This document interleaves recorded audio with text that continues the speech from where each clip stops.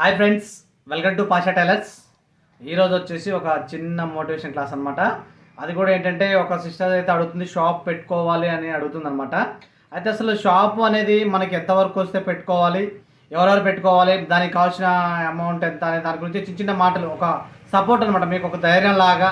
ఏంటంటే మనకి షాప్ పెట్టుకోవడానికి ఏమేమి కావాలి అలాంటివి చిన్న చిన్నవి అనమాట. ఇవి ఏంటంటే మాకు ఎక్స్పీరియన్స్ ఉంది, అనుభవం ఉంది కాబట్టి మేము పడ్డే మీకు చెప్తున్నాం అన్నమాట. ఓకేనా? అయితే ఈ వీడియో మొత్తం పూర్తిగా చూడండి. మీకు నచ్చినట్టయితే లైక్ చేయండి, మీ ఫ్యామిలీ ఫ్రెండ్స్ ఏమైనా షేర్ చేయండి. కొత్తగా చూసే వాళ్ళైతే ఇటువంటి మరిన్ని మంచి మంచి వీడియోస్ కోసం మా ఛానల్ని సబ్స్క్రైబ్ చేసుకోండి. అయితే ఈ వీడియోతో పాటు లాస్ట్కి చివరిలో, ఈ వీడియో చివరిలో ఒక మంచి మాట ఉంది, అది ఖచ్చితంగా అందరు వినండి. దాని గురించి అయితే ఒక చిన్న కామెంట్ పెట్టండి. డబ్బులు ఉండవు. అంచెలంచెలుగా మనం షాపు పెంచుకుంటూ, పని పెంచుకుంటూ చక్కగా మనం ఎలా పెట్టుకోవాలి అనే దాని గురించి నేను ఈరోజు మీకు వివరిస్తానన్నమాట. చూడండి, ఫస్ట్ నేను మీకు వీడియోలు తీసినప్పుడు, పరిచయం అయినప్పుడు నాది చాలా చిన్న షాప్ అనమాట. దాంట్లో ఒక మిషన్, 2 మిషన్లు, ఒక కౌంటర్ పట్టేది. దాంట్లోనే మేము ఒక 10 సంవత్సరాల దాకా కుట్టేవాళ్ళం. ఇప్పుడు ఏం చేసాము, చిన్నగా ఒక పెద్ద సెటర్ తీసుకున్నాము. మళ్ళీ దాని పక్కన కూడా, అంటే ఇప్పుడు మీకు చూపిస్తున్నాను కదా, ఇది వచ్చేసి మాది ఒక షాప్ అండి. ఇది వచ్చేసి ఇంకొక షాప్. ఇది చూడండి, ఇది రోలింగ్ మిషన్ పెట్టుకోవడానికి ఇంకొక షాప్ తీసుకున్నాము. ఇలా 2 షాపులు తీసుకున్నాము మనం. ఎందుకు అంటే మనకి చక్కగా, అంటే పని పెంచుకోవడం గురించి మీకు ఈరోజు చెప్తాను. ఫస్ట్ ఆఫ్ ఆల్, దానికంటే ముందు చాలామందికి షాప్ పెట్టాలన్న కోరిక ఉంటుంది.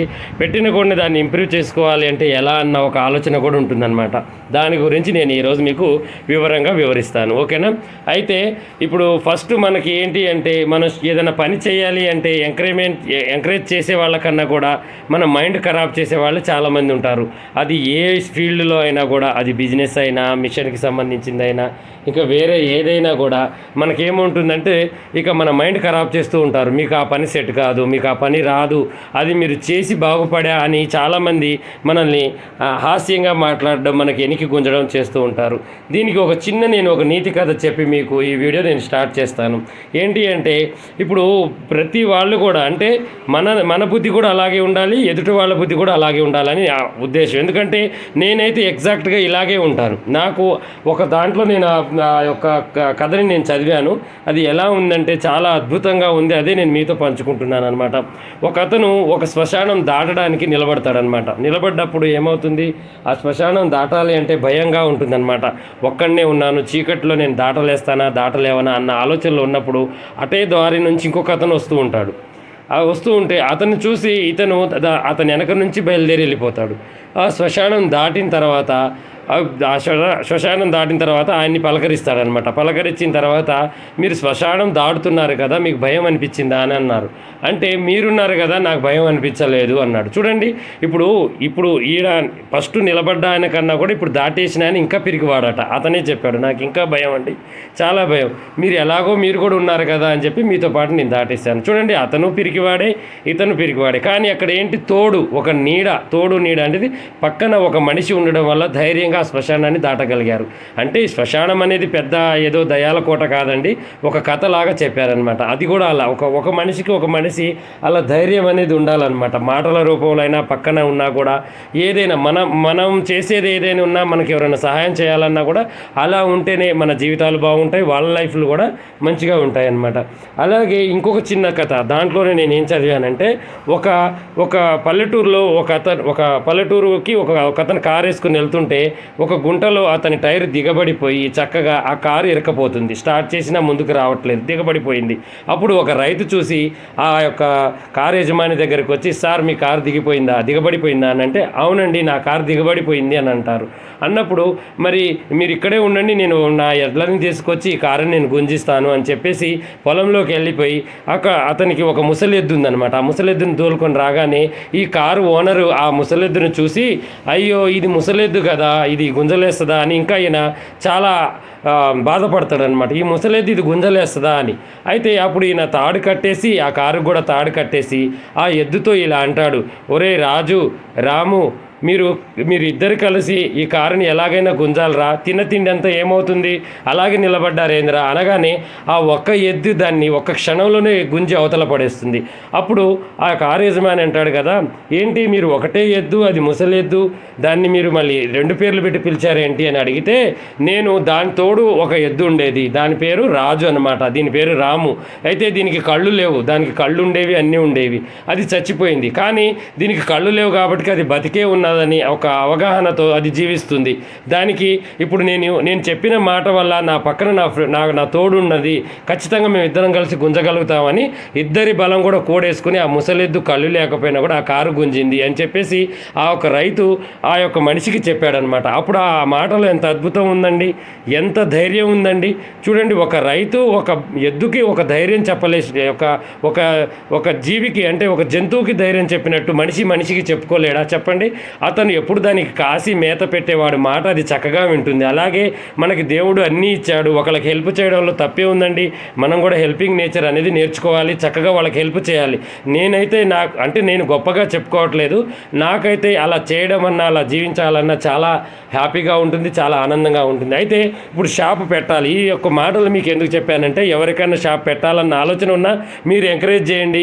ఒకవేళ మీ ఫ్రెండ్స్ ఎవరన్నా ఉన్నా కూడా వాళ్ళు కూడా ఇలాగే ఉండాలి అని ఒక చిన్న కాన్సెప్ట్ మీకు చెప్పానమాట. అయితే ఇప్పుడు షాప్ పెట్టాలి అంటే పెద్దగా మనం మెయిన్ రోడ్డుకు పోవాల్సిన అవసరం లేదు, పెద్ద మిషన్లు ఇలాంటివి కొనాల్సిన అవసరం లేదు. ఒక చిన్న మిషను, ఒక చిన్న కౌంటర్ ఉంటే చాలండి. మన దగ్గర ఒక 10-20 వేలు ఉంటే చాలండి. అవి 2 తీసుకొని చిన్నగా ఒక 5,000 అడ్వాన్స్ కట్టి నెలకి 2,000 ఉన్న కిరాయి రూమ్ తీసుకొని చక్కగా మనం పెట్టేసుకొని అలా ఒక 6 మంత్స్ మనం కుట్టేసామనుకోండి, చక్కగా మనకు ఒక నేమ్ అనేది ఒక ప్లాట్ఫామ్ తయారవుతుంది. ఫలానా దగ్గర టైలరింగ్ షాప్ ఉంది, వాళ్ళు మంచిగా కుడతారన్న నేమ్ మనం తెచ్చుకున్నామనుకోండి, ఒక సంవత్సరం తర్వాత ఆటోమేటిక్గా టైలర్ షాప్ ఉందని ఆ ఊళ్ళో ఉన్న జనాలకు తెలిసిపోతుంది.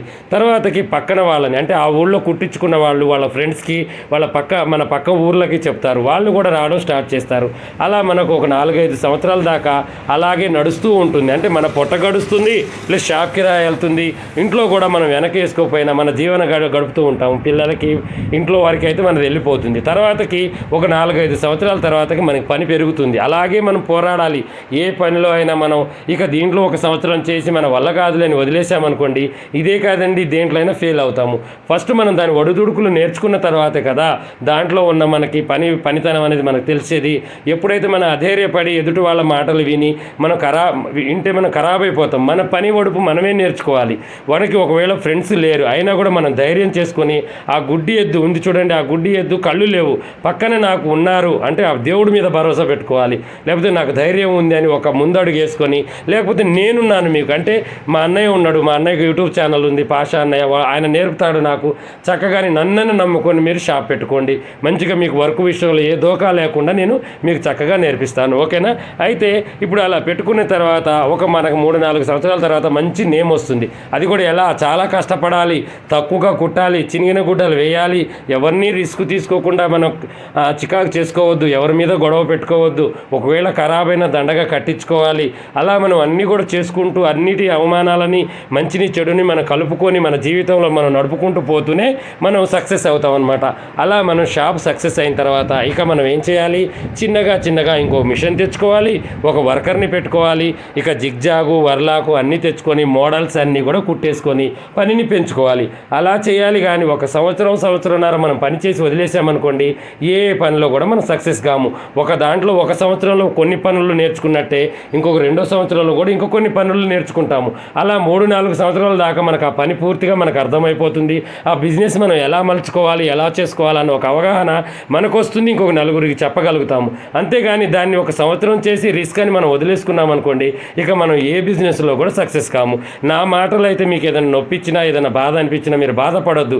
మా అన్నయ్య చెప్పాడు, మా అన్నయ్య ఏది చెప్పినా మా మంచికి అనుకోండి, మీరు చక్కగా మీ పనులు మీరు చేసుకోగలుగుతారు, మీకు ధైర్యం వస్తుంది. మీకు ఎవరి సపోర్ట్ అవసరం లేదండి. నేను మీకు కనబడకపోయినా నా మాట మీకు ధైర్యాన్ని ఇస్తుందని, నేను గొంతు పోయినా కూడా ఒక్క పొద్దులుండి రంజాన్ నెలలో నేను మీకు ఎందుకు చెప్తున్నాను, ప్రతిదీ కూడా నేనేంటంటే ఎన్నో ఈ పని విషయాల్లో నేను ఎన్నో ఒడిదుడుకులు దాటుకుంటూ వచ్చాను. కానీ ఆడవాళ్ళు ఆ ఒడిదుడుకులు దాటలేరండి, నాకు తెలుసు. ఎందుకంటే వాళ్ళ ఫ్యామిలీ, వాళ్ళ పిల్లలు, వాళ్ళ భర్త, వాళ్ళ తల్లిదండ్రిని దాటుకొని బయటకు వచ్చి పని నేర్చుకోవాలంటే అది సాధ్యమైన పని కాదు. అందువల్లనే నేను యూట్యూబ్లో ప్రతిదీ మీకు ధైర్యం ధైర్యం చెప్పుకుంటూ టిప్స్ చెప్పుకుంటూ ఎన్నో మాటలు చెప్పుకుంటూ మీకు చక్కగా మీకు నేర్పించుకుంటూ ఈజీ ప్రాసెస్లో నేను మీకు నేర్పిస్తూ ఉంటాను.